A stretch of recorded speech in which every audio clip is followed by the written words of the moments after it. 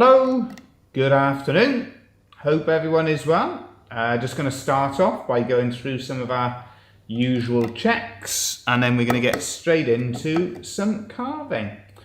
So yeah, hope everyone is well. Thanks for joining us. Right, as you can see, we got a Lovespoon in the vise. This is likely to be our final live stream of 2021.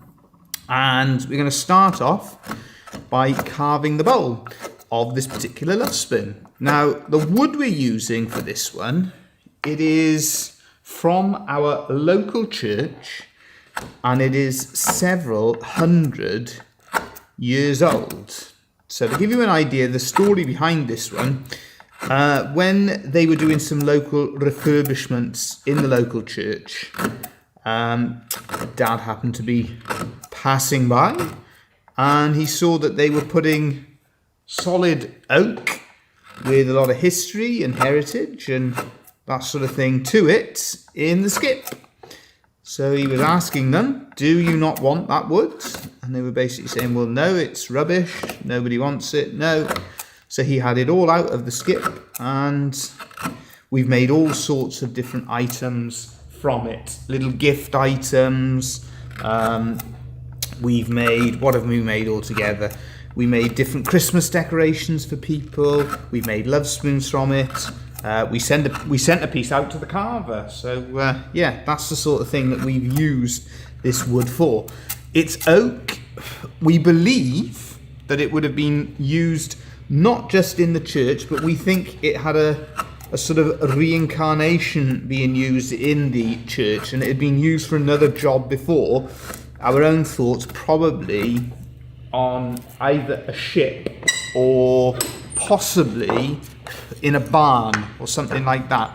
So it's a piece of wood with a bit of history. That's basically what we're getting at. As you can see, it carves nicely. It's unusual in terms of the colour, but of course the wood, it darkens with age, and this has some considerable age to it. We tried to find out if we tried to find out the exact age of it, and it went to, I think it was Lampeter University, and they basically came back to us and said they didn't know. So that was as far as we got in terms of aging it. Oh, hello, Soy Rob. Glad you salvaged that out. Yeah, well, this is something, as we mentioned before, and as we talked with yourself about, this is something that we like to do, is to get wood that a lot of people regard as rubbish, that nobody wants, basically, and turn it into Lovespoons or different projects. Use it again. Because there's a lot of talk about the environment, but it's amazing how much still gets thrown away. So we got things like the tree planting project that we've spoken about and things like that. But yeah, we do like to reuse things, and something that's got such history with this and a link with our local community, then fantastic. We're really pleased to be able to get hold of it. So you can see we're working on a heart-shaped bowl. We have that guideline to follow, and we start off in the middle and we work our way to the outside edge, and as we're going along we're trying to get a little bit of extra depth to the bowl of the spoon itself. So that's the plan, that's the process, our tried and tested methods that we use on a regular basis. You can hear Thomas the woodcarver. He's busy working away in the background there. He's on the scroll saw this afternoon. Basically, to give you an idea, all going well. If our governments, as we have numerous governments here in Wales, we're hoping they will allow us out of the country so my wife can see her family. So that's why it should be our last live stream. So all being well, we hope to be able to travel to see Yolanda's family in Barcelona. Hello, Stephen. Thank you for joining us. Hope all is well. Great to have you with us. I know you yourself, you've been working on a Lovespoon recently, so yeah, nice design as well. Great to have you here with us, and hope all is well. So you can see we're just getting that depth and getting the shape on the bowl itself. I noticed as well you were working on a new vice, like a new method, a new style for holding projects on your with the workbench. So yeah, interesting to see what you're up to, and anybody interested in what you're doing, don't forget, head across to your channel after the live stream and check out Stephen's videos. Some great entertainment on that channel.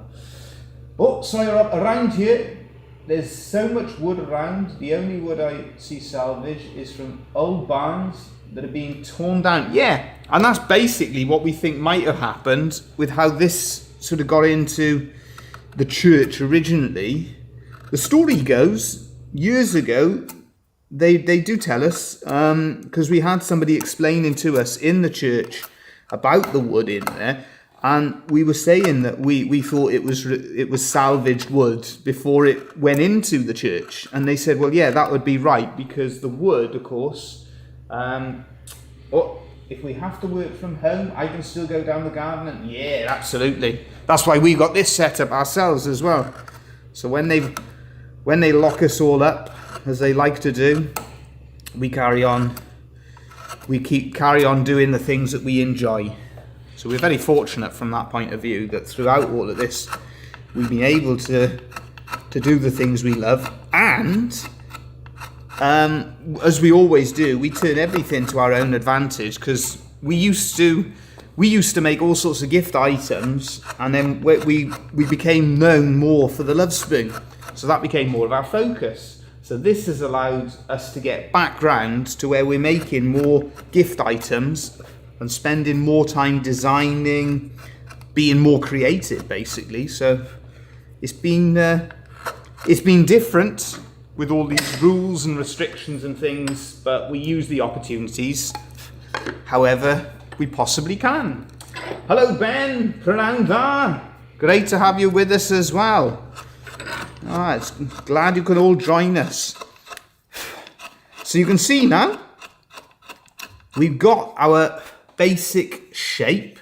I might decide to get a bit more depth on that bowl, but that's going to be a nice little heart-shaped bowl on the bottom of the Lovespoon. So as you may notice, sometimes we work from bottom to top, sometimes we work from top to bottom. No rules or regs, not a right way or a wrong way to do things. You're just doing it however you feel is right. Sometimes I choose to do the carving that is most challenging in terms of where I can see a higher level of difficulty, something like that. But on this one, they're carvings, simple-ish carvings that are familiar to us. So we're starting off getting that bowl sorted out. You can see as well, on the bolt, we've left a bit of extra wood. Simple reason for that. Just allows us to grip it in the vise slightly more easily. So that means that it's not moving about as much. And we're able to grip it in the vise more successfully. Oof, I think it's got a little bit warmer here in West Wales, so I'm going to take off my jacket because already I'm starting to feel the heat. So give me a moment while I take that jacket off. Yeah, you always work up a bit of a sweat when you work on the bowl itself, cutting down into the wood. But it certainly seems a bit milder at the moment. Our thoughts across with everybody, as you say, across the pond, because some terrible scenes there with the storms and stuff. So we hope everyone is all okay. That's terrible seeing that sort of thing. We're going to turn that round in the vise once more, and we're just shaping and getting depth all the time as we go along. So if you can get that bowl sorted out to a nice finish, of course afterwards we'll do some hand sanding, but yeah, there's all sorts of little techniques and methods you can use, but those tried and tested techniques for doing the bowl does the job for us. I think we're just about there in terms of the depth. Let's do a little bit of sanding, see how it comes up. Thomas the woodcarver may want that cut down a little bit further into the vise. Into the bowl of the into the wood itself. So I'll sand it up, and then when he comes through, I'll ask him if he wants that carved deeper into the wood. So we're just taking out any little marks that the chisels and gouges have left. If you're doing spoons yourself, or if you're interested in making love spoons, or spoons even, no rules or regs, remember. If you don't want to do any hand sanding, it's very popular when the finish is just left off the gouge. So if you're not interested in that process of sanding, if you prefer the finish yourself off the gouge, perfectly acceptable, and a very popular method when it comes to finishing the bowl. Ourselves, we like a bit of a finer finish on it, so we just sand everything down to get a nice smooth finish. Just checking this, checking the smell on the wood as well. Wood is such a fascinating material that, you know, you've got all those different elements to it. You've got the feel of it and that refining of the finish. You've got the touch, so getting that smoothness. You have the look of it, so you have that grain, all the character in the wood. But another element to it is you also get that smell, that individual fragrance from the different pieces of woods. Right, it's good progress so far on the bowl. So let's move ourselves along. Interesting thing as well, when you're working on a piece of wood, whatever project you're working on, as the wood goes into different light, you might notice sort of different marks. So as I turn that around, I can see there's more sanding to be done in that bowl. Not a surprise, because we've only just started sanding it all down. So not a big surprise that there's more work needed on the bowl of the spoon. But it's worth noting when it comes to the finishing of projects, if you can get them into different light, quite often you will come across all sorts of little blemishes and different things that need tidying up. So yeah, what I'm basically saying is that it's worth getting the project into natural light, because sometimes you'll pick up something different in natural light, get it under a powerful light like an LED that we use for our live streaming, and then different types, sunlight, just the ordinary daylight, LED, whatever you've got available for you to use. So you see, then we go on to carving out our tree, and whenever we're doing the different carvings, we're always thinking of making them sort of realistic. And I think with a tree, then you want a little bit of a how should we put it, a bit of a rustic look to it. So the trunk, of course, the canopy would go over the top of the trunk. So we push that back first of all, and then just like so. And then afterwards, we're going to leave it a bit of a rougher finish. So we're just pushing that trunk back, and then we will shape the canopy. So again, we're doing that stop cut. So separating the top of the canopy. Oh, we got Ben started. You're in South Wales as well. Definitely warmer today in South Wales. Yeah, it is. We got the fire. We had the fire going today, but it's gone out now, and I've just taken my coat off as well. So it is definitely it's definitely warmed up a fair bit. And of course, in Pembrokeshire, always a bit milder. So we're shaping everything on the tree in the one direction, and then we'll turn it round and we'll shape everything in the opposite direction. In terms of how this wood then is carving, hopefully it comes across. Once again, it's a relatively straightforward piece of wood for carving. So we have people in the workshop here, and they say that old oak, very difficult to work, very difficult to carve. Our own experience is that old oak carves nicely. I enjoy working with it, but we all got different ideas and different experiences, but that's our own, is that the old oak works quite well. So we started shaping in the one direction, we turn it round in the vise, and then we shape it back in the opposite direction. Again, the canopy, because it's that tree, it would be, what's the word, a bit of a rougher finish. So we're not sort of, with the bowl, we were trying to refine that finish.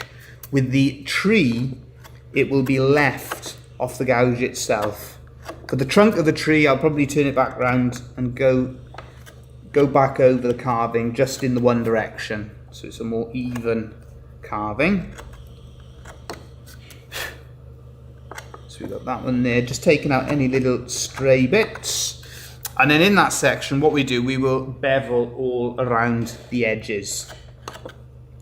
So it's the same sort of principles and methods that we always advocate. Get that spoon marked out with a vertical grain. So you're making that process of carving that a little bit more straightforward. And use the grain and the piece of wood, work with it to the best of your ability. So don't try and battle against it. The wood itself, it speaks to you. Starting to sound like I've gone a bit mad, but it is true. If you're open to it, if you're open to receiving that message from the wood, it guides you and it shows you which way is best to work with it. And interestingly, on that front, a lot of what you'll read in textbooks and things like that, not that I've ever read any textbooks, but in terms of grain direction, the wood will often contradict. So there's many a piece of wood that I've gone to carve and found I've had to carve it backwards. But if that's what the piece of wood, is telling you, follow it, use it as guidance. And I always find that that's what gives us the best results. Now, I've just noticed that Thomas the Woodcarver has been doing things. It's him who's scroll sawed this one out for me, and he's been doing things differently to the way it's drawn out. So this piece here, see, I want that cut out because it's going to make the carving a lot easier for me, and he's left it in. So we're going to have to, we'll be having a word when he comes through. So we're going to have to remove that one. Just a little bit there. The reason for it, if we take that piece out, we've got that line of waves marked, but it'll be a lot easier for doing this twist. So I'll be a lot happier if we do it in that style. So just below our sailing ship then. Now this little tree, it's the first time we've done a simple little carving like this one. Never done one like this before. But I used this design and I created a little badge. So one of the upcoming videos probably won't be published on the channel for quite a little while, but we've just been doing things like badges, nice little items, and they're great to make using offcuts. Then just take out that line. There's a bit of a ridge there where we've carved in the two directions. We will do a little bit of sanding, but I don't want to completely lose the roughness of the finish. We create a little bit of character in the canopy. I just put in a few little lines just in there like so. Just randomly placing them. Let's have a little look. Where can we put another one just in by there, I think. Yeah, just like that, and then we carve into those edges, just like so. Just adds a little bit of extra sort of detail and character to our tree. Here we are, so that's well on. You can see we've got this sort of twist where it goes over and under. So we'll start working on that one, but as I said, I want a little bit more. I want this piece cut out of there, so we're not going to be able to completely cut that out because there's a section that needs to be removed. And it's a good starting point with this one because we're working out how much depth that we can get into that over and under effect. So let's have a little look. We've got that down into there. And then there, we're just going to shape that just like so. And I think, yeah, what we're going to do, we're going to push this down. What I'm working out is how deep to go with the tree for that twist. So we need to get a little bit more depth so we can get a bit more depth on the twist. So that tree is not, it's basically so the tree is not interfering with the twist, if that makes sense. I think I'm going to change gouges as well, go for a slightly smaller one so I've got a bit better control. And that's something you can do. See, if you need a bit of better control, use a slightly smaller gouge, as long as it's the right shape and size. Just gives you a little bit of extra control over what you're doing. Right, let's move up to the neck. Oh, no, let's move back down, sorry. Let's just go around the outside. Just take away the excess, just like so. It's just shaping, just a little bit, just shaping around. It's just shaping that surround that is protecting our tree. Now I'm noticing on that gouge, I'm noticing there's a few little lines showing up as I'm carving. So that means that gouge needs a little bit of resharpening.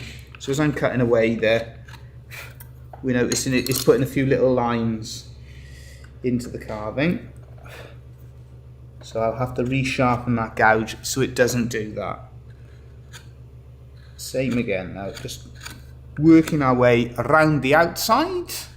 See, my wife is she's just off to pick our boys up from school. They've got their Christmas concerts tomorrow. So it's a busy week because we're supposed to be travelling. They've got their concerts and we're then getting everything ready. So Thomas the woodcarver's got all of the spoons in stock, that sort of thing, for when we're away. We do our best to make sure the workshop can continue functioning without any problems while we're visiting Yuri's family. Right, so same again, we're just re-establishing that stop cut. That's another method you can use. It's just to re-establish the stop cut if you need to. And then just go back over where you carved. Just like so. I think what I will actually do as well, let's use a slightly more,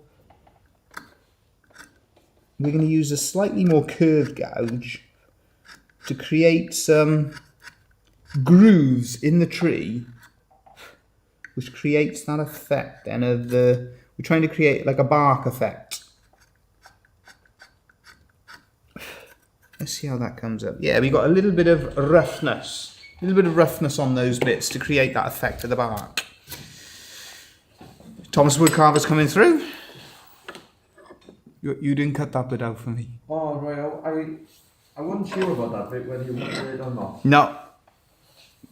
So there we are. You want it cut out, you know? I want it cut out, yeah. What it is, I was explaining, if we cut that bit out, it makes it a lot easier for doing that twist. Yeah. So it just makes life easier. But it doesn't matter for the demonstration. I thought that's what you would want. Yeah, so let's have a little look. But for the demonstration... I will be, of course, controversial. Yeah, go on then.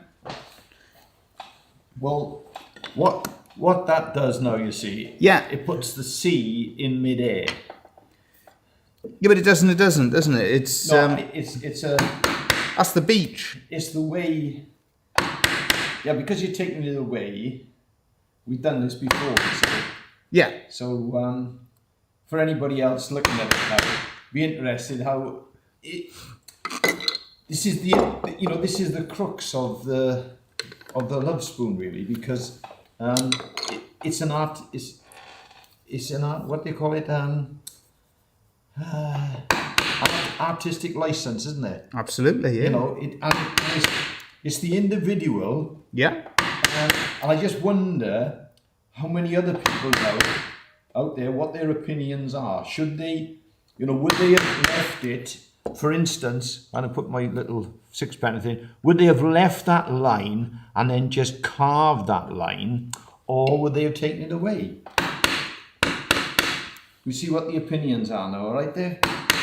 Yeah, absolutely. But it's one of those things where Oh, there's no right or no. wrong. What I'm going to say is that I want that line out. I want that little section out purely It's easier. because it makes life easier, and that's what you're always looking at. So from, like, for instance, if the person is asked us to do this, if they'd have specifically said no, I want that has to be left in, then fair enough. Thing there now, can you also see now, for somebody else watching, the paper now? Yeah.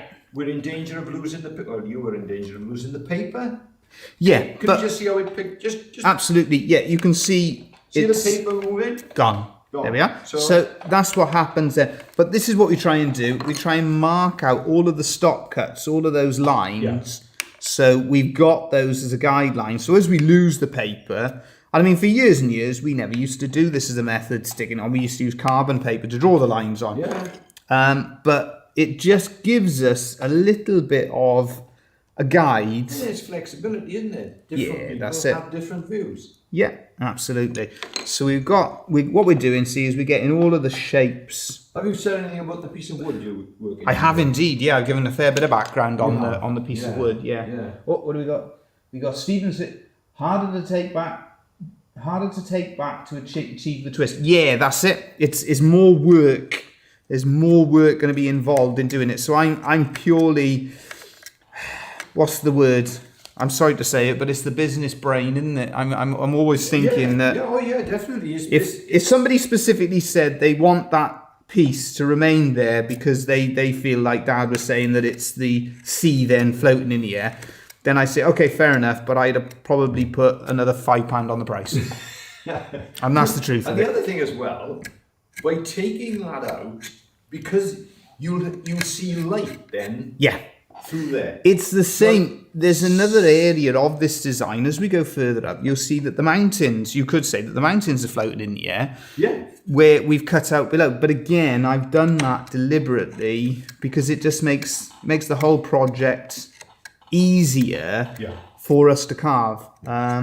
So you could do this. I mean, another person would come along and they would do the whole thing completely differently, and they would leave it all solid. But that's a heck of a lot more work, and in many ways, artistically, it doesn't look as nice. No. How is that wood working, Dave? Beautifully.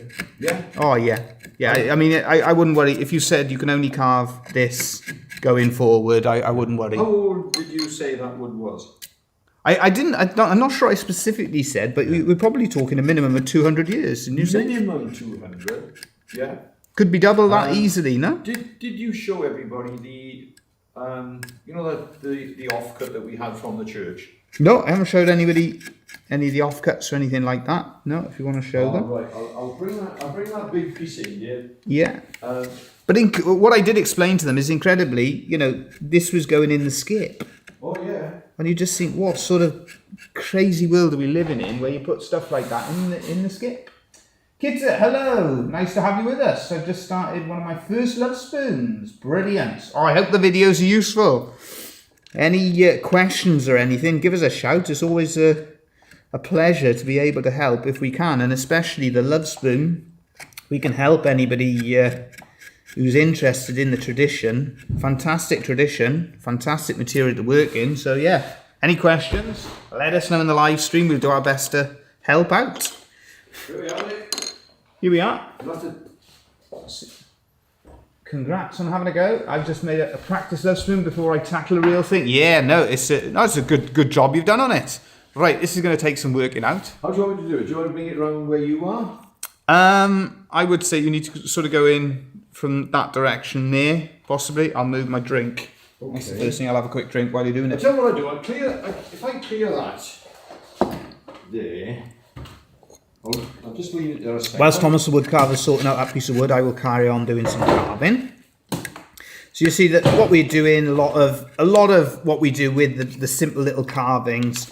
And it's nice, if you're getting into the Lovespoon, if you're starting off with the Lovespoon, very much worth noting, what we always sort of highlight is that you can you can do whatever you want to, really. So there's no rules or regs. There's no right or wrong. Here we are. Thomas the Woodcarver is just sliding that one I mean, it would be better if into you actually shot. pointed the camera and the whole lot. I don't know whether you can. Not, You can take it there a bit. Okay. mate. What we do, I tell you what we do that after. Okay then. There's a start. So I tell you what, we leave this one, we leave it one side for now, and we'll show it properly on the camera. Okay, because you won't see it. Just slide it across there as it is. You got that. You got that marker there. Yeah. Okay. There we are. Yeah. What it is, we'll show it later, so you can get it properly in focus. Okay. Yeah, that's what we do with that one. But that's the piece that we had it from. Quite a substantial piece, and you'll see some of the different markings on it afterwards. Right, so we're just doing a little bit of detail in terms of there's a little sort of flag type feature at the top. So we're just doing that little. It's just to create a little bit of separation between the top of the, what do you call it, the main sail? Yeah, the main sail and the flag itself, just at the top. And then I'm going to do a little bit of that detail on the waves, but I'm missing my gouge. There it is. 9 by 3.5.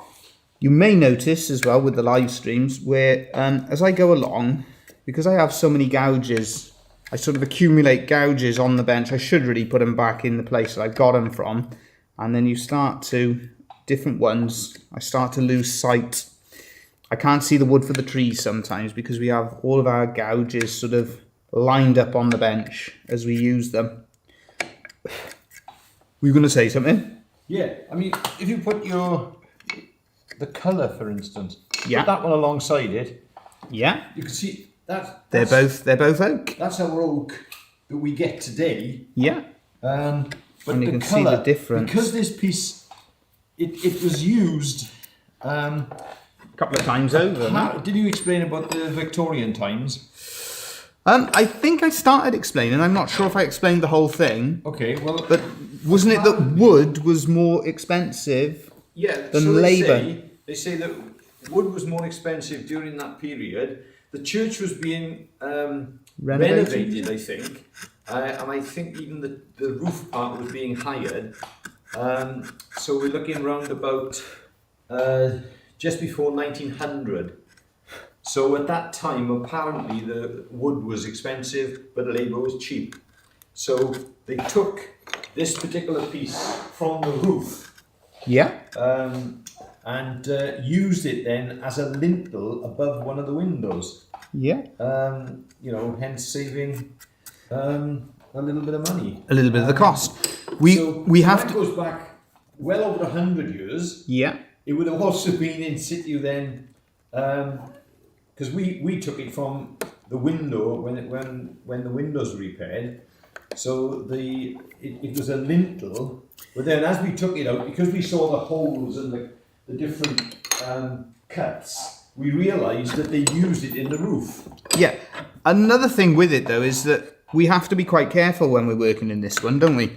Oh yeah. Why is that? Well, twofold. You've got a narrow bit there. No, I'm thinking about the wood. There we go.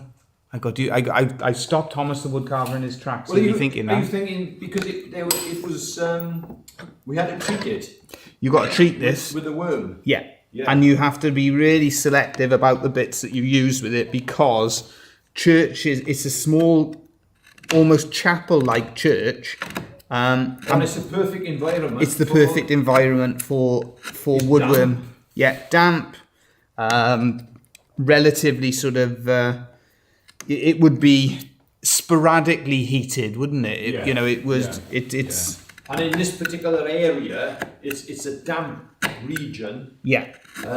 So when we were marking this one out, we actually cut two pieces, and we had to choose them between the two pieces. And as we started to check the other piece properly, we realised there was no way we could use it because it just wasn't up to the job at all. There's the other piece. There's the other piece. We can show you that. You can see. There we are. So as we started looking, Well, yeah, you can show the end there, Dave. First yeah. of all. So you can see there's a little bit of rot in that. Yeah. Then you've There's got the little worm there. there you got signs of woodworm in Yeah. there. There's a hole there where That's the somebody's screw cut. hole, that was. Where somebody's used a screw hole there. The other side, and it shows you why we spend then quite a bit of time checking woods and looking for things in it, because there's a bit on the top part underneath as well. Well, no, on this side of it, if you only check this thoroughly, you'd be fine. You'd be thinking, oh, that's absolutely fine. Yeah. But then, as Dad said, on the top of here, there's signs of woodworm. So it's there's only one on there, the, look. yeah, one there, another one there. Yeah. So Little there's tiny pinholes. so there's and there's a bad little section. So that one there, if you didn't check it thoroughly, But the colour of this, it's extraordinary.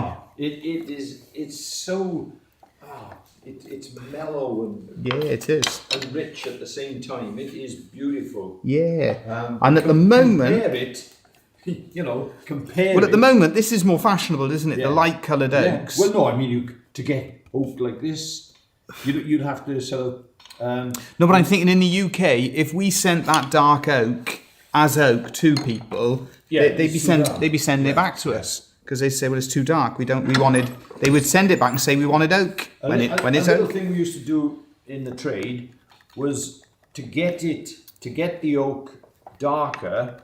Yeah, We used to put it ammonia. you used to use the fumes of the ammonia, and the didn't fumes you? of the ammonia Yeah. would turn it. I think the antique trade. I think the antiques trade still use that as a method then to age things. Yeah.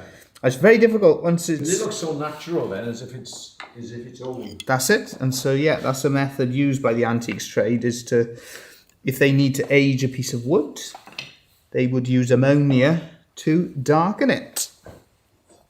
Haven't missed any. Have we got the story of this spoon? I haven't said too much about it No, because I was going to say it's difficult because somebody they think, wow, that's for me. that's right. And this is what happens: is that we, when we're doing different requests, when we're making different spoons, that's why we don't explain more about the stories, is because as unlikely as it is that an individual for this spoon would be watching you, you never know. Yeah, we had one person who didn't want it being filmed. No, that's right. Yeah. Absolutely. Because it was. Which resulted in us having to rewrite our terms and conditions. Yeah. But that's why, it's great for us to be able to do the different bespoke spoons, and it's great to be able to share the process of how things are carved and how they're made. And a lot of what we try to do, the reason we do this is to try and encourage anybody who's interested to have a go, because it's a lovely process, and the skills of of making things like love spoons, anybody can develop the skills of doing these things.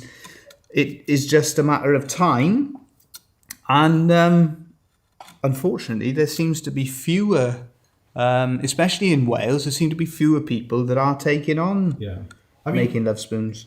Also, I mean, today, in the latest thing, I may have mentioned it last time. Okay. They want to spend £2 million now, the Welsh Assembly, £2 million on planting trees.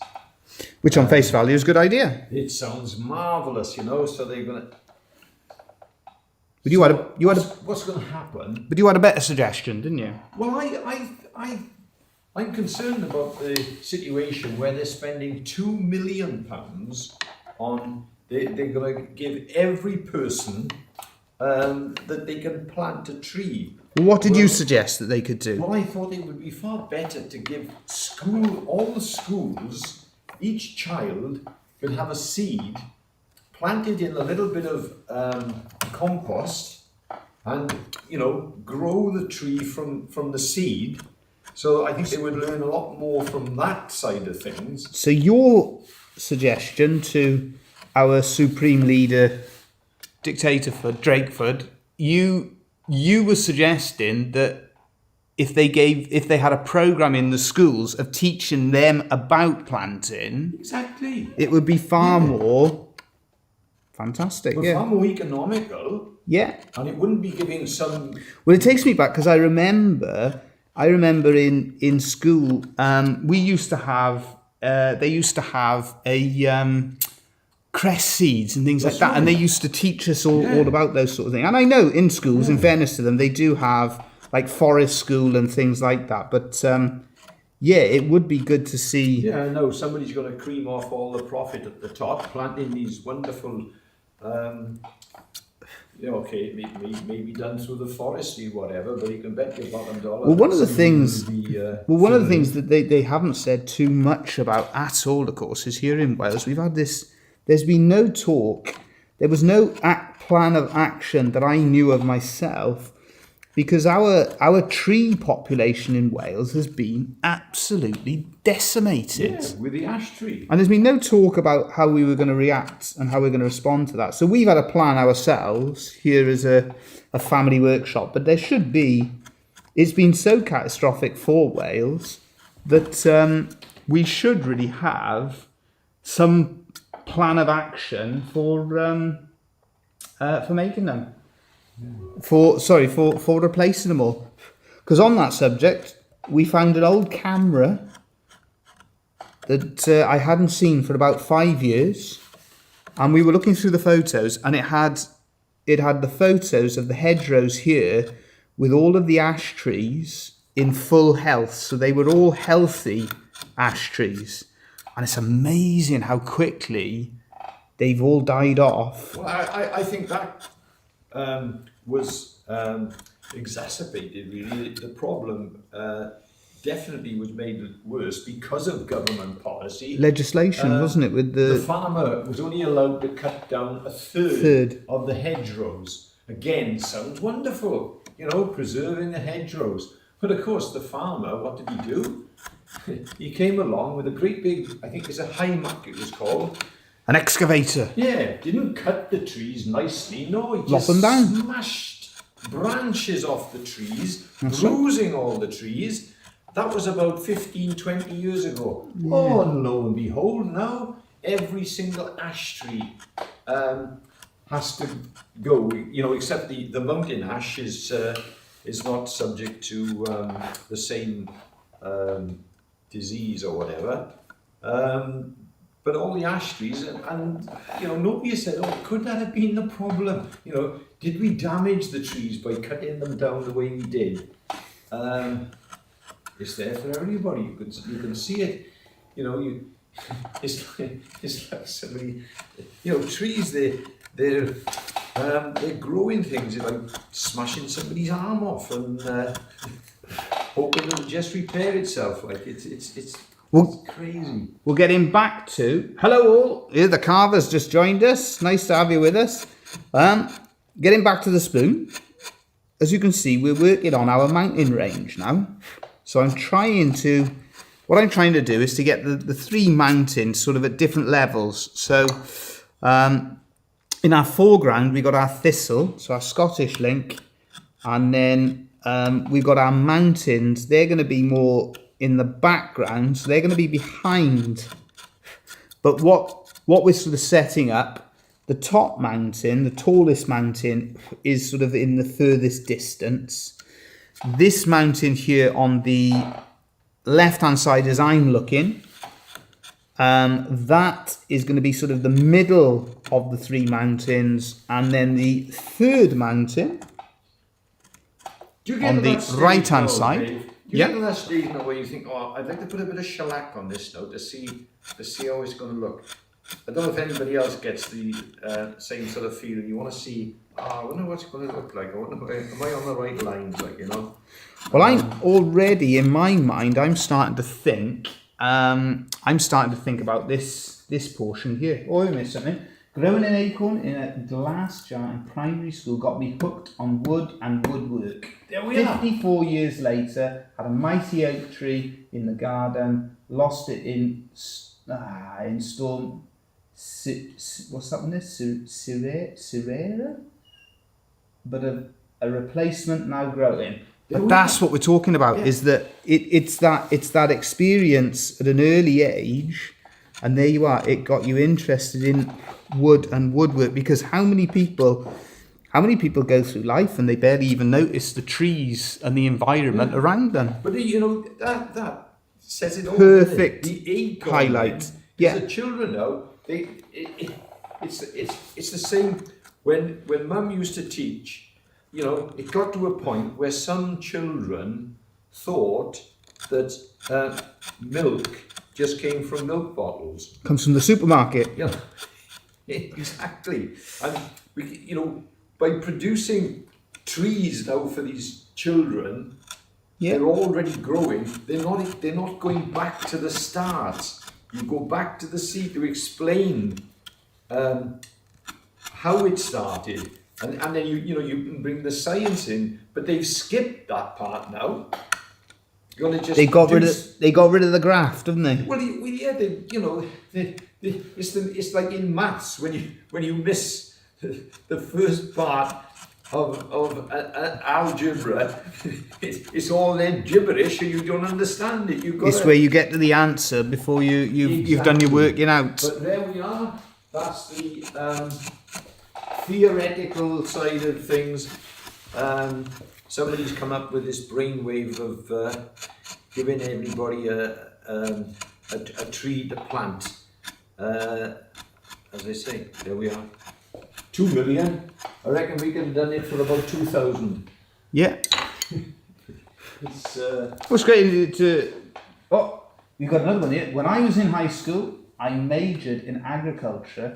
The school had land that they called school forest. The school kids went there and planted and took care of the trees, mostly pines. There we are, see? That's how, yeah, much more... Start them at a younger age and yeah, get them interested in it, because that's what we do. I'm thinking my nephews, my boys now. How many times have they been down the field with yourself and their Uncle Matt planting different things, and then they learn all about it. And how is somebody who's living in a block of flats? Yeah. How are they going to plant their tree? Yeah, absolutely. Absolutely. Dear me. There we are. Perhaps I'm preempting it, but it just seems a little bit sort of. I think the word is gesture politics. Oh, there we are. There you go. It sounds great, in theory. So you can see, we're getting our different levels, and that thistle then, we want that at the front. The main thing that we're trying to do is to keep this back mounting, the back of the three, to keep that in the background. So that's the one that needs to be dropped down the most. So it's basically, when we finish this, we should, this is in some ways the trickiest piece to carve, because we have 4 levels going on. So the back mounting has to go back quite considerably, especially at the top. That middle mounting, that's the first middle layer. The front mounting is the second middle layer, and then in front of it all comes the thistle. So it's all about working in layers. So that's why I liken it. So I do a lot of work in things like Photoshop, and I liken it. I see the similarities between wood carving and then developing a photo or a thumbnail or something like that in Photoshop, because you're working in those different layers. I see a little bit of a crossover, transferable skills. I think on the other side as well, we mentioned the woodworm in this. Yeah.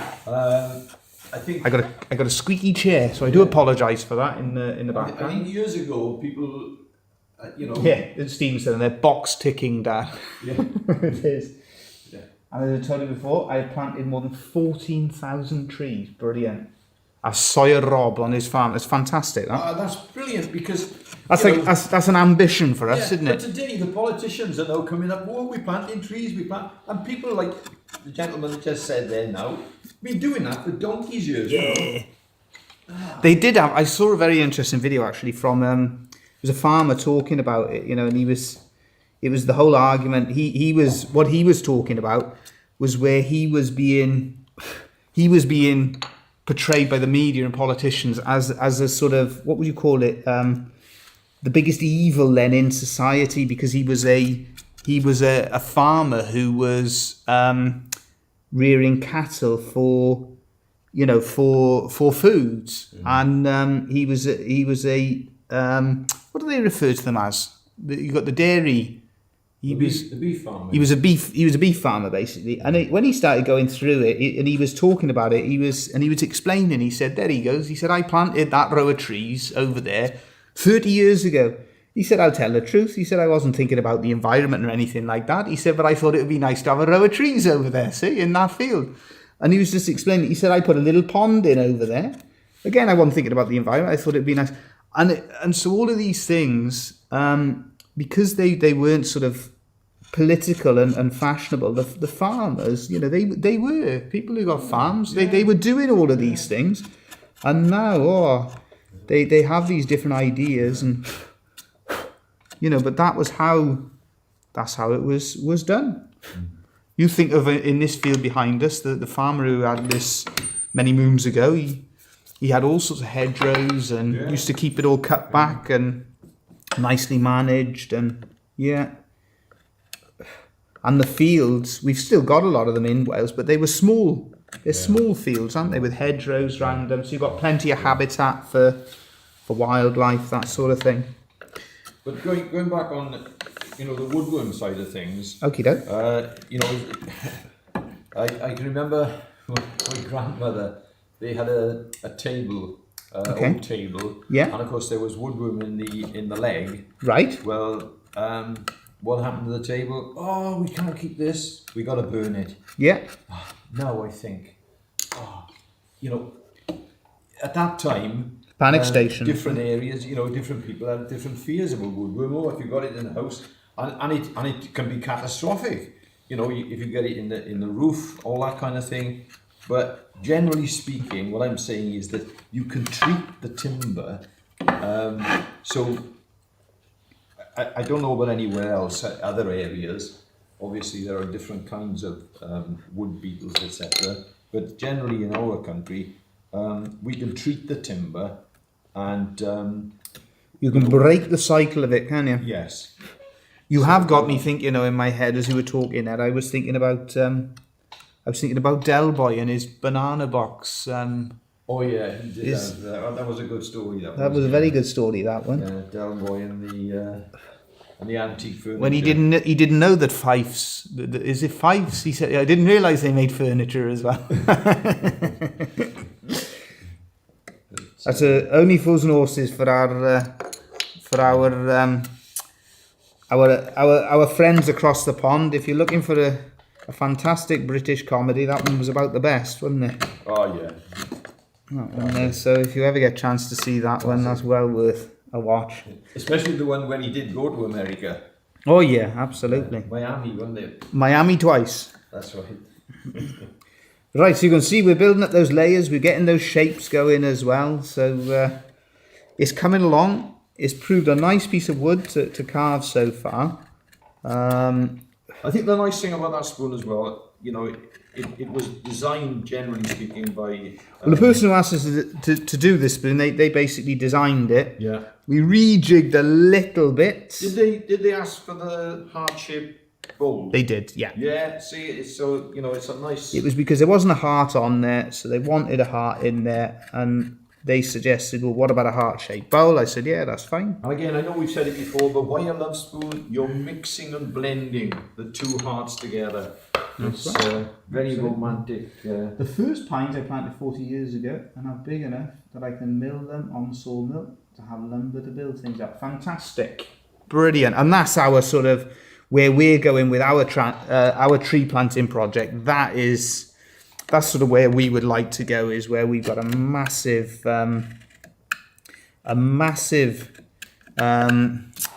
stock. Yeah, and a hopefully, as you've done there, like a bit of a legacy, really. Is that the right word, do you think? Yeah, I mean, God, you know, I mean, we're so busy. Obviously, time is precious. Yeah. And we only know just a tiny little bit about wood. Oh, absolutely. You know, there's so much more that we could learn about it. You know, it's such a fascinating subject. You know, some of the timber that we get in, because Danny, when the tree surgeon, Yeah. he brings us timber in, and sometimes we're not sure what it is. And sometimes he's not sure either. So we're all looking at one another and trying to figure out what it is. But that's what keeps it interesting. That's what keeps it fun. Well, I bring the piece of wood in that always. Oh yeah. We're basically, as I mentioned, we're busy trying to build up internet stock. So we got plenty there for Dad when we're away. Oh yeah, you give me plenty of work, fair play. So it's a busy week. Busy week, this one. Always turns out to be busy the week before we go. There we are. So yeah, there's a piece of oak. There's another piece of oak. There's not a piece of oak. There we are. Spot the difference. Yeah, spot the difference. So that one got past Dad, it got past Math. And then I looked at it and I thought, I know what that is. So there we are. What is it? So that one's oak, definitely. But that one, it's not. And the difference, as you can see, is minimal. So any thoughts? Put it in the comment section. What do you think that one possibly is? Of course, a lot depends on the angle it's cut as well. Yeah. So, there's a question for you. Can anybody get it before the end of the live stream what that wood is? I'll turn it over as well, because that looks even more like oak on the other side. Especially that up there, look, see? Any thoughts? Let us know on that one. Right. Now this one, again, we're going to work our way around the surround. The wood you just showed was used... I thought you were going to tell everybody for a second. Was often used as a substitute. Hello, Aubrey. For oak. Back from the dentist. I hope you're getting on better than me with it, because I've been to the dentist twice now, and they can't find any problems, but it hurts when I eat. So, not sure what's going on there. So I hope you're doing better than me with it. But great to have you with us, as always. So you can see we're just coming around that surround there. Just shaping that one. Just like so. And... yeah, so we got to come back down as well, because I've noticed we got a bit more work on this one here. So because we need that little piece cut out, we can't work too much on the twist, but that'll be... Do you want me to go and cut that piece out? What was that one there? Noise just came from in there. Nice.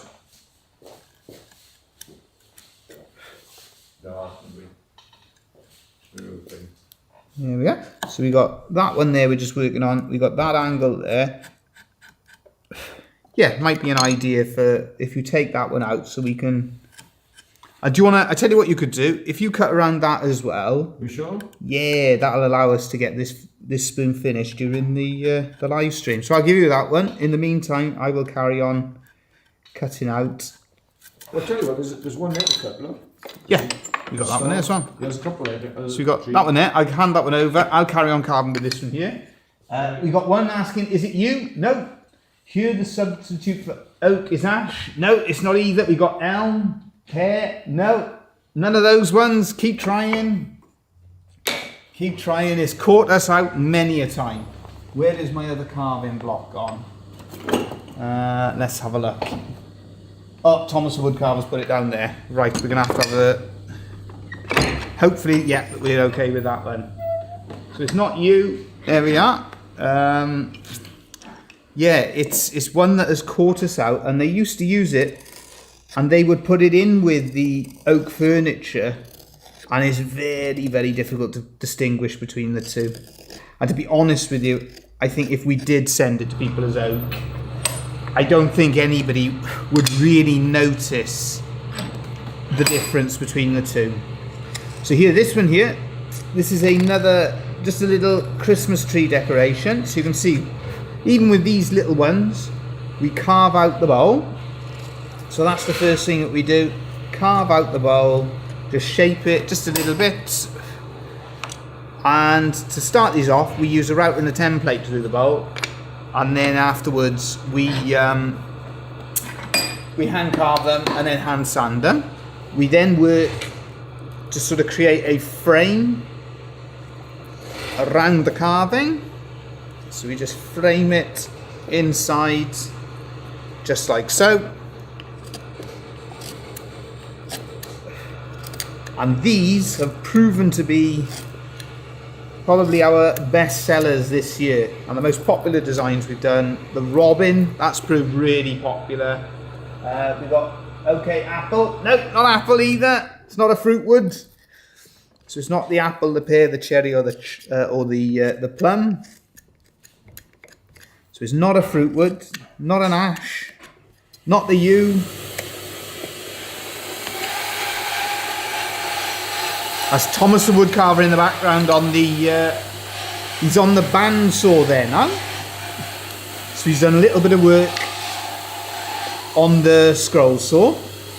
He'll be cutting the back of the bowl and shaping the back of the bowl for us on the bandsaw.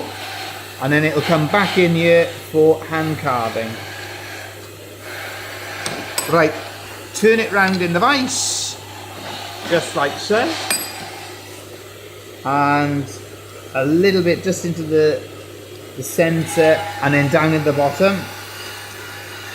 And again, shaping that piece just like so. This one that we're carving, this is a piece of mahogany. Where is that one again? I'll show it to you again. Oh, I've lost it. There it is. There we are. Have another look. We've had a few different guesses on there. Yeah, we got it. Sawyer Rob. Sawyer Rob's got it. Chestnuts. It's caught us out many a time. It has indeed. Yeah, it is a piece of chestnuts. There we are. And on that note, we're back to this Lovespoon here. But was it sweet chestnut or horse chestnut? Yeah, we're not sure with that, whether it's the sweet chestnut or the horse chestnut. I'd say that was sweet chestnut. Right. Yeah. And it's one of those things where basically Dad was cutting it out. My brother Matt, he'd marked it out. And I looked at it and I went to start working on it. I thought, oh great, there's an internet stock oak one. And I looked at Dad and I said, nah, that's not oak. And when he looked at it, he went, what? No, not hickory, it's the chestnut. So yeah, spot on there. Sawyer Rob got that one there. Yeah, it's caught us out a number of times. And I dare say over the years, there've probably been a few jobs done in very expensive properties where they've put in what they thought is all solid oak, and it probably isn't. It's probably chestnut. I'm not so sure that it would be put in new buildings though, really, because oak is so. I've seen jobs, and it's the medullary ray, and I'm looking at it and thinking, Okay.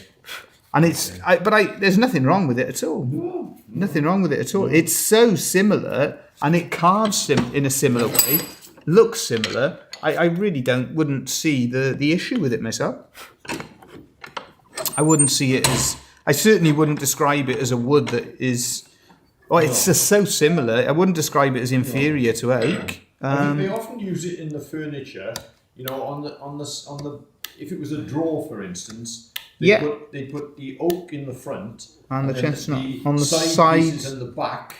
Yeah, that would be chestnut. That's where we get it from mainly. Yeah, and the only thing that sort of gives it away as being a bit different is that certain parts of the medullary ray are just a bit different. Yeah, you don't get the. You don't generally get that. You do get the silverfish, we call it. You will get that in it, but some of the medullary ray, you don't get as distinctive quite often, but not always. Sometimes it is. So you can see we're just shaping everything around, just like so. And you can see with this now, this makes life a lot easier. Just taking that piece there, that makes it a lot easier for doing this twist. One thing that we've tried to do as well, always, because you've got this twist, we're trying to give it enough strength. So we're being a bit careful with the, who's a conker? Conker's chestnuts, yeah. What's a conker? You haven't referred to a conker. So yeah, conkers is a famous, another one to put it on YouTube, where they have conker, what do they call it? Like they fight with the conkers. I'll see if I can get a conker now. Yeah, something the kids do in the UK. Absolutely. Yeah, put it in on the internet, that one. They have like a battle. There's probably a World Conquer Championship or something like that. It's basically the seed then they use. Would it be the seed? Yeah, it is. It's the fruit that comes off the chestnut tree, and they put it on a piece of string, and they hit the one conker against the other, and the one that basically smashes the other is the winner. But there used to be all sorts going on. They'd be cheating with the conkers. They'd soak them in vinegar and things like this, so there'd be high controversy. But it used to be quite a big thing. Conker fighting, or conker championships, and I think Mum's going to write another story. It's going to be like Jack and the Beanstalk. You know Okay. what she's done with the conkers, Dave? what's that? She's thrown them out. Throwing the conkers out? Yeah, she's thrown my conkers out. Oh, Thomas Woodcarver's not happy. Yeah, but have a look on the internet. You'll see we got all sorts of weird and wonderful ideas. There we are. As this is our last live stream probably of 2021 because we're away. We give out a few different ones. Have you ever seen gurning? That's another one to have a check. I'm from the UK and conker wars are so much fun. Yeah, spot on. You can cheat and stuff. Absolutely. There's a few. We got some fantastic different ideas. Have a look on the internet for gurning. I don't know if that is just a UK thing or if that goes on all around the world. That's quite hilarious. In Gloucester, they have the cheese rolling, don't they? Yeah. That's worth a watch. They have some serious injuries with the cheese rolling. That's basically where you're chasing a big, massive lump of cheese down the side of a hill. There's the Shrove Tuesday football match. The uppers against the downers, but if you think it's anything like a football match, it isn't at all, because the whole village, they have hundreds and thousands there, don't they, with the Shrove Tuesday football match. So there's some quite incredible traditions and sports and events that go on here. We were explaining all of this, and to my wife being from Spain, and they were trying to sort of amaze it. And there was a friend of ours saying about the cheese chasing a solid full disc of cheese down the hillside, and saying about how dangerous it is. And so I did have to explain that she's Spanish. They let the bull loose in the middle of the village with everybody being chased by it. This is your last live stream. It is indeed Nadolig Llawen. Yeah, it is indeed, because all going well, Aubrey. We travel to see my wife's family in Barcelona. We try to escape from Wales. It's the early hours. We leave in the early hours of Wednesday morning. Wednesday night, Thursday morning.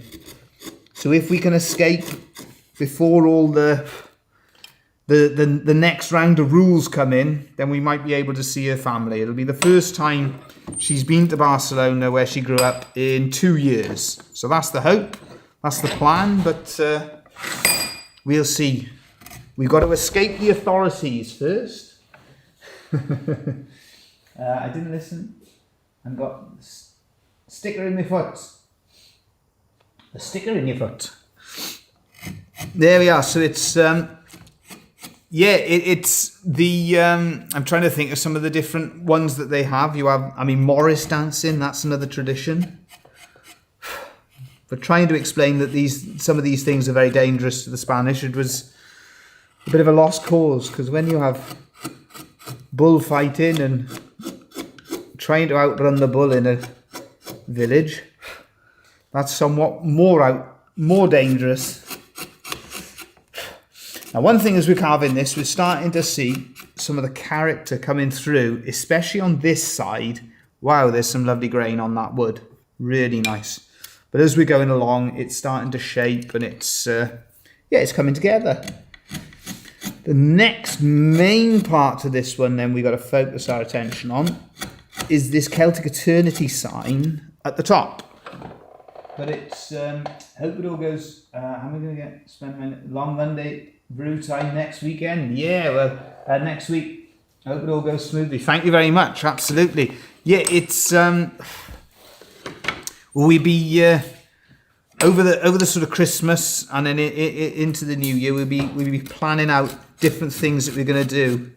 I am hoping, maybe not in the immediate future, but sometime in the future, we have got plans for, how should we put it, for developing our live streams, I would say, isn't it? It would be nice. We've got ideas for, we've got ideas afoot for how we hope to develop our live streams, because it's something that is great to be able to do and something that we enjoy doing. So we have got plans afoot, but a lot of it depends on how things sort of grow and develop, and when we get the opportunity to reinvest in some of the things. But fingers crossed, we will be able to do that. Right, so you can see that we're getting that twist. Now we're starting to get some nice shape on it. And afterwards, of course, we'll spend quite some time shaping everything, getting a nice finish to it. Oh, now that one I'll have to ask Dad on that one. Aubrey said on here that he played Mari Lloyd as a child. Yeah, that's a West Wales thing.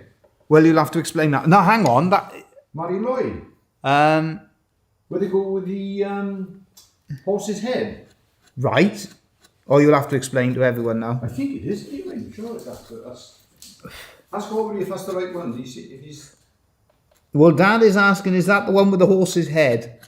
You'll have to explain, otherwise everybody's going to be wondering, what on earth do they do with a horse's head in West Wales? Because that's where we are as West Wales. Hang on, talk about planting trees. When I was a kid, I collected bags of conkers in the autumn to play conkers at school. Totally forgot about the bag.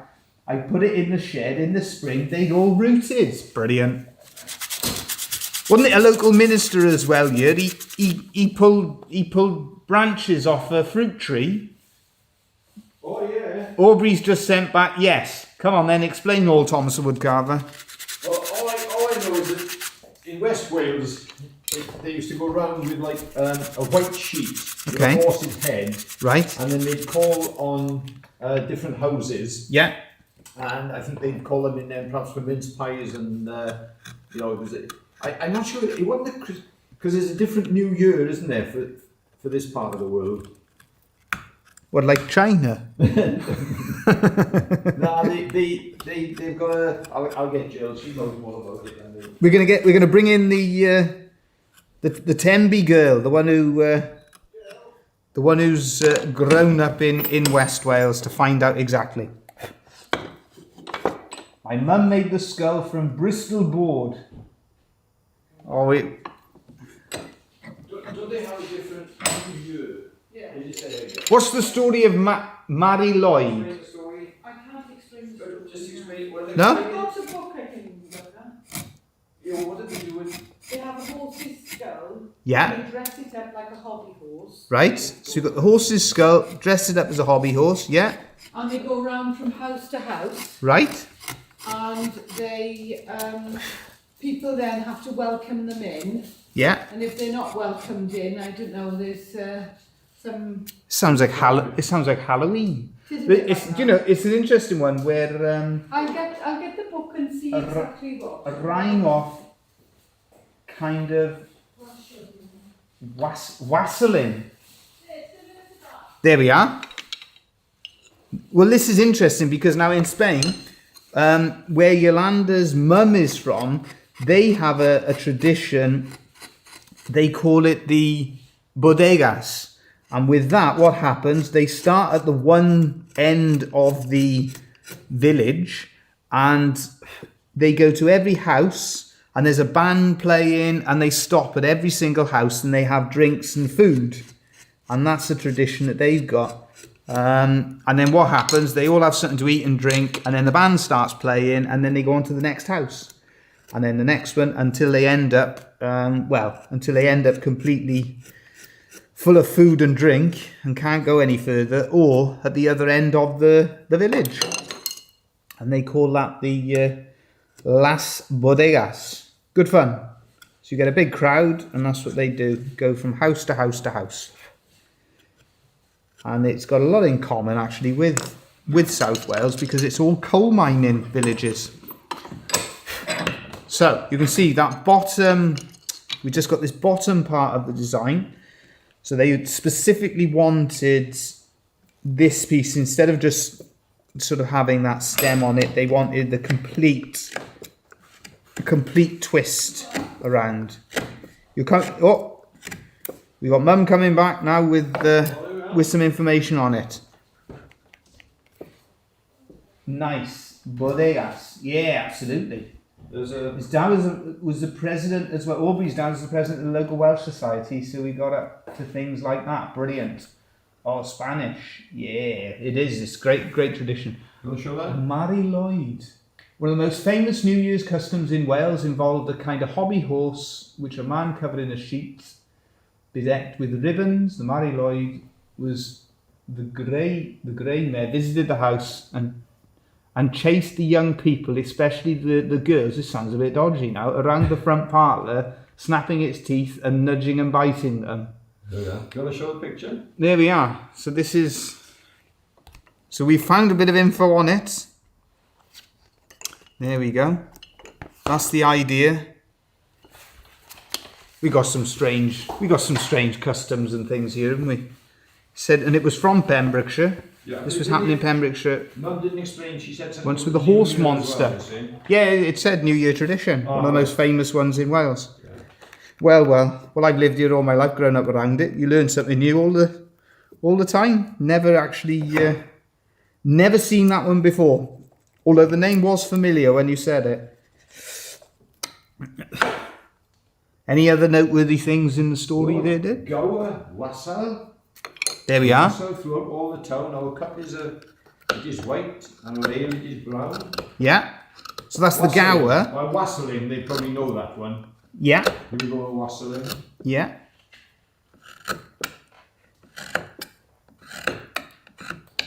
Some crazy things that we find. I wonder if they still do that in Pembrokeshire anywhere. It's more North Pembrokeshire, no? Cardigan as well, I think. Cardigan, Ceredigion. Yeah.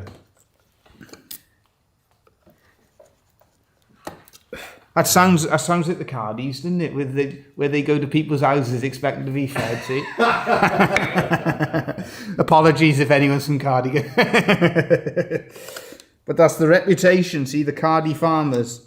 They do tell us that's why there's a lot of laburnum trees up there. Because they bought it as cheap fence posting, and because it came in as ballast on ships into Cardigan, and it is so tough it took sprout. So that's why you get hedgerows of laburnum trees there. Now I've done this, and it reminds me of when we were doing the spoon for the year, and Thomas Woodcarver. You prefer it like this, don't you? You don't like that line. Yeah. You don't like that line, so I got to get rid of that now. So we've got to change the angle. He doesn't like the.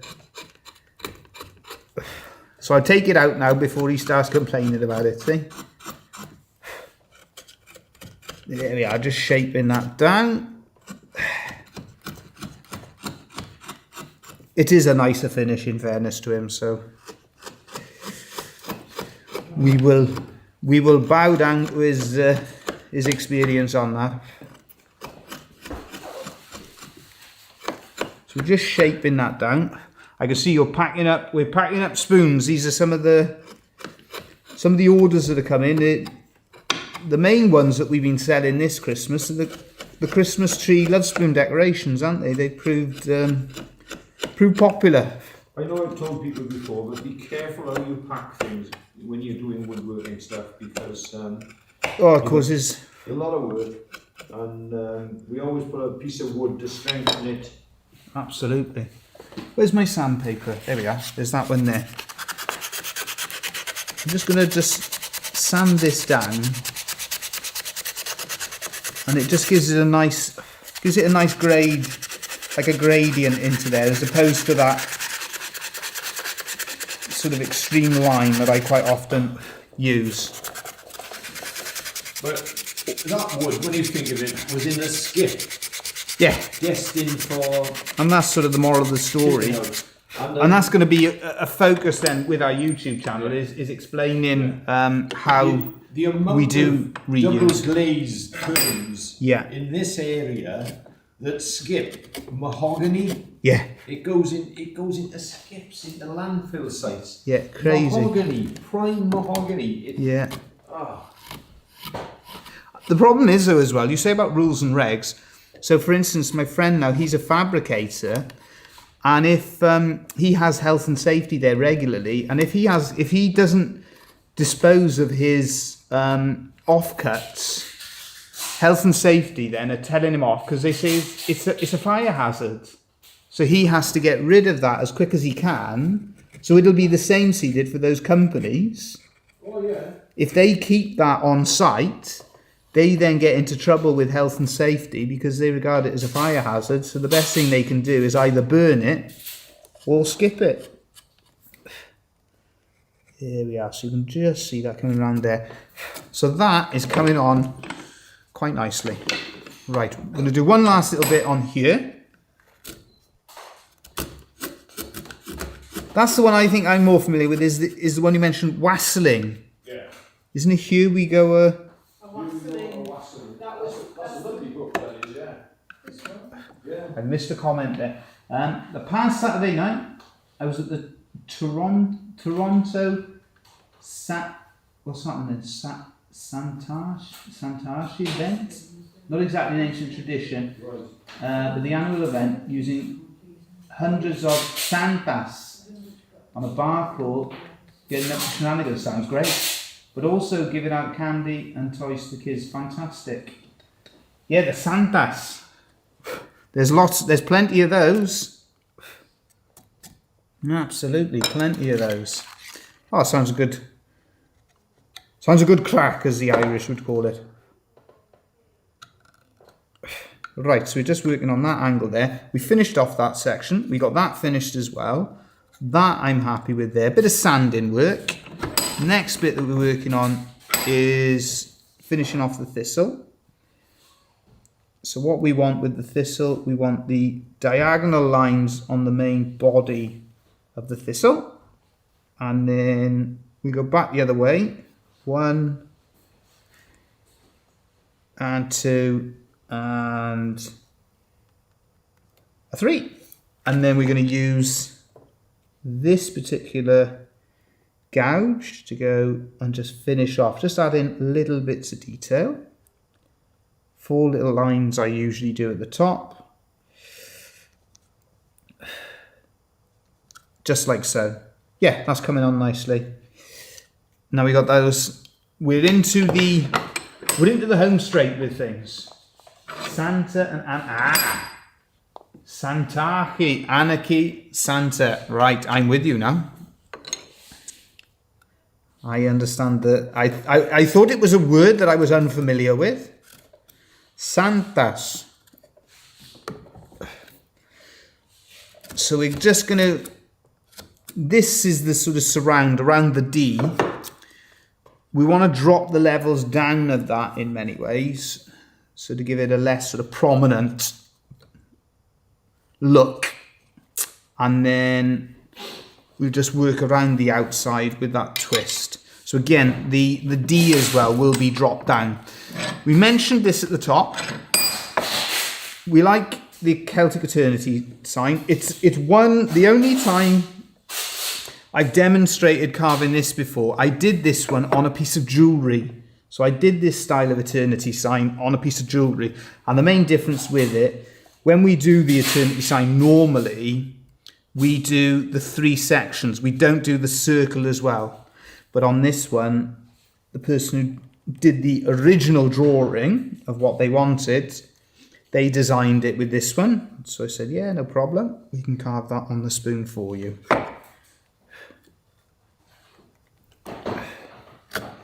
And I'm just wondering as well, do you want to get some shellac? We're getting towards where we're starting to think about what it's going to look like.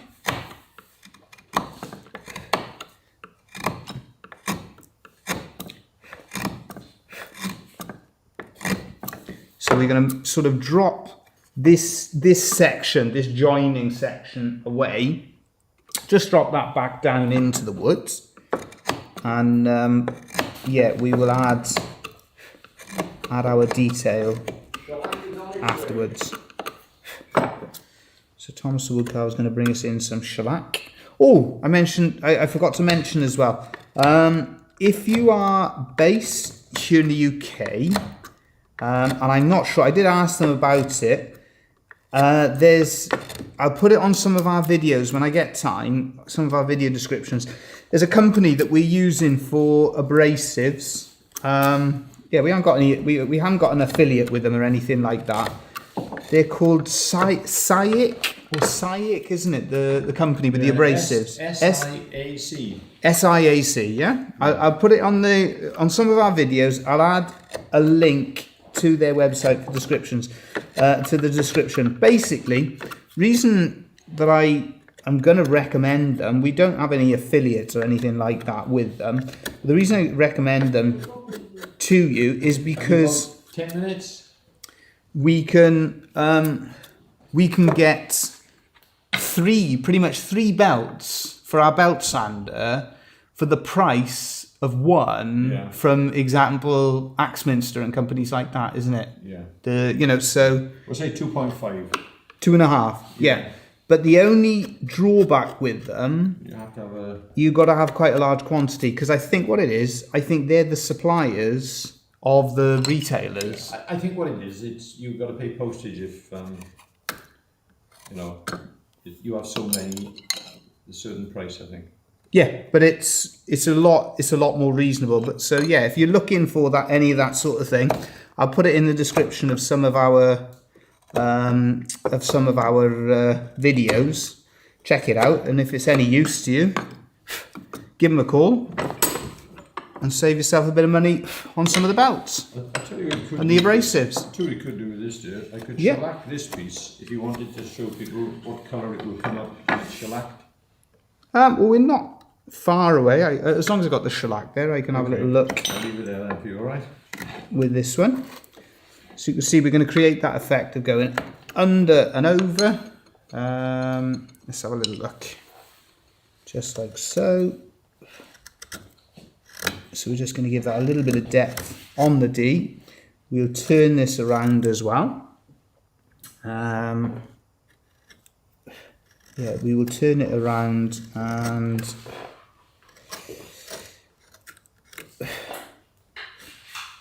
so we've got a few little sort of finishing elements to it. And this eternity sign, nice and detailed then, a lot more detailed than the standard one that we use. But shows you how you can adapt things, develop things, however you want to. As well, looking at some of the things that we're hoping to have on the channel, I've got one video that should come out before the end of the year, and that's just having a little look back, some of the unique projects and things that we've made, some of our favourite ones that we've made this year. Going into next year, then we'll be continuing to add all sorts of different projects that we're working on. Remember, if you've got any questions as well, you can always get those into us, and if we can help out in any way, it's always a pleasure to do so. Right, I think that is well on there. Are there any other traditions as well? Wasn't there one with bringing coal in with the new year, or? Oh, I think so, yeah. Any other traditions that typical Welsh, and any Christmas ones? Does it open the back door or close the front door or something like that? I know in let the one in and let the one out, let the one out, let the one in, I don't know, all sorts of things. Were there any traditions you remember from growing up here in Wales? Anything you remember specifically, or in your house? I'll find out about the coal. I mean, there was the tradition in your household with the ham, wasn't there, or the bacon? That was basically where my nana, she would buy two joints of ham, because one better and one not so good, because she knew that my Grampy would always turn up at Christmas with somebody he hadn't seen in years. The coal idea, Mum says apparently it was something to do with if a chimney sweep came in for the new year, Right. it's supposed to be lucky or something. Ah, there we are. So that obviously is where you get the coal bit from. And I was trying to explain the story in your household. You had a tradition, didn't you, with my nana, where she'd buy two joints of bacon, wasn't it? Oh, yeah. Because my Grampy'd always turn up with somebody he hadn't seen it in years. Yeah, on a Christmas Eve or a New Year's Eve, as sure as heck you'd meet somebody up the club or the pub and they'd come back down, but she'd always have A not so good joint she'd always have a piece of bacon. that they could have. Not the best ham. That's it. And do you remember any other traditions then growing up? Well, I mean, most people obviously the stocking that you hung up, but I mean you'd have it became then people put the children used to put pillowcases, not stockings. Yeah. When sort of Christmas started to become a little bit more commercialised, That's it. you'd have a little sugar mouse, a tangerine. It was much more simple and basic, like, you know. Absolutely. It wasn't as it is now. When we were growing up, it was the start, wasn't it, of computers and things like That's that. right. Yeah. And Thomas the Woodcarver is very famous in the worlds of computers. You've got names like Bill Gates, and then you got I'm trying to think of some of the other. You know, you had the different companies. There were Commodore and there was Amiga and. Well, the first computer I bought for you, I think it was for you, Dave. It was. Yeah. You I bought. had to take it back straight away because I couldn't get Yogi Bear over the wall. That's right. So he bought us a Commodore 64 and he thought it was broken. So he returned it to the shop because Yogi Bear wouldn't jump over the wall. So the technical revolution passed you by a bit, didn't it? It did a bit, yeah. And the man explained, no, he said, that's part of the game. There's nothing wrong with your computer, it's just you can't play the game. So that was one of the ones in ours. St. Dwinwins, yeah. I think my dad mentioned one about going door to door on New Year's Day to wish a happy new year and receiving a small bit of money. A few pence. Yeah, absolutely. Yeah, and the other thing as well, of course, is that you used to have the coin in the Christmas pudding. Yeah, yeah. So that's another little tradition. And locally, I mean, they used to swim. I mean, I think they... Oh, of course, yeah. It's all been cancelled because of COVID the last couple of years, but those traditions would definitely... Boxing Day and New Year's Eve. New Year's Day. New Year's Day, sorry, yeah. Yeah. Boxing Day is Tenby. And then New Year's Day, Saundersfoot. Saundersfoot, yeah. They do have hundreds going in for a swim. I think on average, dressing up, don't they? Saundersfoot, they would get around about 800 there, wouldn't they? Yeah, very popular. But that's... I mean, all over the country, different, you know, some people go... Yeah, they do it. They do the same in Barcelona. Yeah. The one year because I used to train lifeguards, and the one year I had to lifeguard it, and Yeah. I had to go across on the back of a jet ski. All I'd say on that tradition is I've never been on a jet ski again. I think it was the most terrifying thing I've ever been on. Right, so we're just working out these different layers, just dropping those different ones down. And an interesting one for ourselves now, as we've been saying, we're away with Yelly's family, and it's nice for myself, for the boys and things like that, because Christmas in Spain is quite a different thing, because their big thing is the Three Kings, and that's in January. So And don't they throw sweets then? they throw sweets, yeah. But again, because of COVID, they haven't been doing the processions and things in the streets. And then Aubrey was mentioning St. Dwinwins, and last couple of years we've done a St. Dwinwins live stream. Did I mention it? I think I may have mentioned St. Dwinwins. Oh, what did I miss there?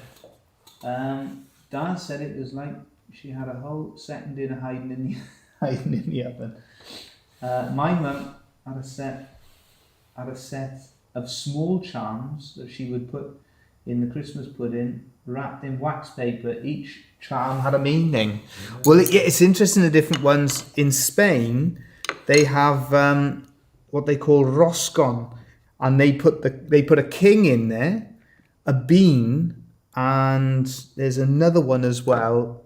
There's the king, there's the bean, and basically, if you get the bean, that means you got to pay for the cake. If you get the king, you're the king for the year. Well, I first can't time across, you had to eat so many grapes. Oh, that's another tradition. Yeah, that's New Year, that is. Yeah. That's the Spanish New Year. Yeah, 12 grapes in the first 12 seconds. You've got to eat a grape a second. The only year Yelly managed to do it was the year that COVID started. So I told her she's not allowed, because it's supposed to be good luck. And that was the only year she did it. And we haven't been to Barcelona since. So I told her this year, if we do make it, she's not to do it. But I've managed it every year. Every year. In Spain for New Year, it's a gold coin in your drink, 12 grapes at midnight, and red pants. There we go. So you can see we're still just working away to get those different layers. I think we go just across the top there, finish that section. As it's a live stream, our last one for the year, I'm hoping to get this one done, completed in the live stream for you all to see. I think we're not far off that. There'll still be a fair bit of work on the side. And... No, but we get all of the symbols carved. That's what I'm looking at. Okay. No, I don't think we're going to finish the. Do you want to take that paper off? Finishing. Now? I know I can't take the top paper off. But... No, don't worry about that. That's fine. We only want to get it done so everybody can see the carving. Let's just finish off all of these twists. Have we got any pearls of wisdom for anyone working on a project like this? We had a few people here who were I got learning carving. Take your time. Yeah? Because Dave is not taking his time at the moment. No, we're not. We have one pace that we go at, and we don't rush it. Basically, doing something like this one here, what I was sort of getting at then is it's a little bit, on something like this, it's a little bit like doing a jigsaw, because as you do one cut in here, that's fine, you carry on. Those parcels, Absolutely. because your dear wife is looking at you saying we need to go to post these parcels. No problem. You carry on there. Santa's going to be cross with us otherwise. Oh, have I missed anything on there? I hope they have a few people on hand training with the Heimlich maneuver. Yeah, absolutely. Yeah, no, what we do with a one like this one here is quite an intricate carving, but as you take away the one piece, The grapes, another piece, absolutely, yeah, it is lethal, doing the grapes. Yeah, that's fine. Okay. Don't forget, Dave, that big piece there. No problem, that's fine. There we are. That's Thomas Woodcarver just on his way there, and I'd say yucky down, everyone. are you gonna say Nadolig Llawyn? Nadolig Llawyn, have a nice Christmas, Happy New Year, There we everyone go. happiness and so on. Happy birthday, Pembroke Happys. Happy birthday then. There we go. There we are. That's happy birthday to everyone from Thomas Woodcarver. You were right the first time with Nadolig Llawyn. Yeah, what happens, as you cut down on the one piece, it then allows you to cut down on another piece. So as you're going along, on quite an intricate twist like this one, every time you take one little bit out, so every time you do one little twist here, that then allows me to be able to cut down this twist. So as you're going along, it frees up to be able to do the twist on the other parts, if that makes sense. Hopefully it does. So this one here, see, that's one of the last ones, just to take a little bit of depth down into there. And then the final one of these twists is to work into this one here. Just like so. And then the same as we always do, we're going to bevel everything in 2 directions to finish it off nicely.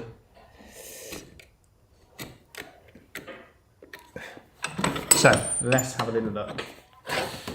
You take off a little bit this way, and then take off a little bit the other way, like so. And if you just slip like I do, just carve it back down. Same again, shaping and beveling. So we bevel everything in the one direction as much as we can, as much as we possibly can.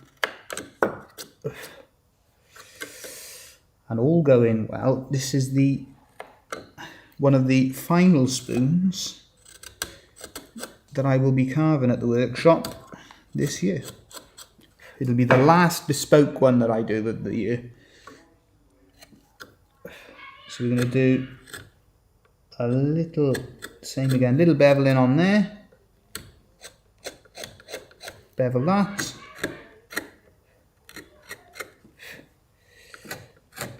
And that one there.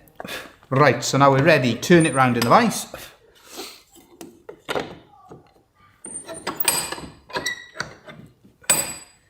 And we carve a little bit into there.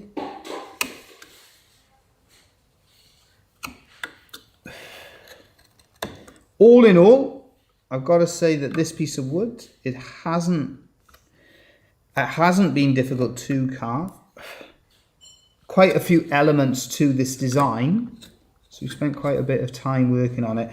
And again, that always makes things, you know, because you're trying to estimate in terms of the cost involved in making a Lovespoon like this. It's always a difficult job, because until you actually start carving it, we haven't got a clue how long it's going to take us. And I would suggest with this one, it has taken me a little bit longer than I would have anticipated. But it's been a nice one to do, nice process, and hopefully when it's finished it'll be a nice spoon. We should see as well, before we finish, we're going to put that shellac on it, and it should have a lovely golden colour to it. And so you can see, so we can show it to you, the colour that it's going to finish. We're going to take all the paper off the top. There we are, so just cutting that down like so. Right, so let's just sand off any little bits of paper that are left at the top of this spoon. There's a little tiny bit of wood there. That's fine. Great stuff. A bit of shellac. Have I missed any? No, we haven't missed anything there. Just going to mix that just a little bit to stir that around. A little bit of a polishing grade of sandpaper. In terms of where we will go with it from here as well, we'll add the 3 coats of shellac, but in between we've got quite a bit of hand sanding. We've got a bit of machine sanding as well on there just to finish everything off. So let's have a little look. Yeah, this is one of my favourite parts of the process, seeing that beautiful character and colour, that really rich colour. It comes up a similar sort of colour to the teak. So a lovely piece of wood and a lovely colour and character in the grain. There we go. That's the final spoon we will be carving in terms of bespoke love spoons for 2021. Yeah, and hopefully you've enjoyed it. I certainly have. Thank you as always for joining us for our live streams. I'm gonna turn this camera around for you all because there's a piece of wood that Dad mentioned, and I'm gonna refocus the camera on it for you all to be able to see. And we're going to explain a little bit about it. So there we are. It's just over by here at the moment. And let's just bring that back out. There we are. This is the workshop as it looks at the moment. And I'm going to show that to you. Right, let's have a little look. So this was the piece of wood that he mentioned. And as you can see, it's a large piece of wood. That was taken out of the... That is the wood then that I'm working on. You can see where it was used as a beam. We believe it was probably used for a shop, a barn or a ship, something like that. That's the wood that we've been working in. So you can see the sort of state that it was in when it was going in the skip. We've rescued it, we've had it back out, and we're using it to make all sorts of different things from. We'll also turn the camera just around, just in case any of you have not seen it. There you are. That is our love spoon, just over there. That's our love spoon to record this year. So you've got our turkey, our petrol pump. We've got our vaccines being recorded on there with the needle, and then Mum and Dad's 50th wedding anniversary. There we go. Hope you all have a nice Christmas. Hope all goes well. We'll be back with more live streams in the next year. We'll have video uploads. They'll be coming through the Christmas time, so check those ones out. A big thank you to you all for your continued support of our YouTube channel. We really do appreciate it. It's been fantastic how much support we've received, and we're pretty blown away, to be honest with you. So thank you for all that. It's in Welsh, it's Nadolig Llawyn, so that's happy Christmas, and in Spanish it's Feliz Navidad. So fingers crossed, all going well. We will make it to Spain. Thank you all again. And we hope to see you all soon.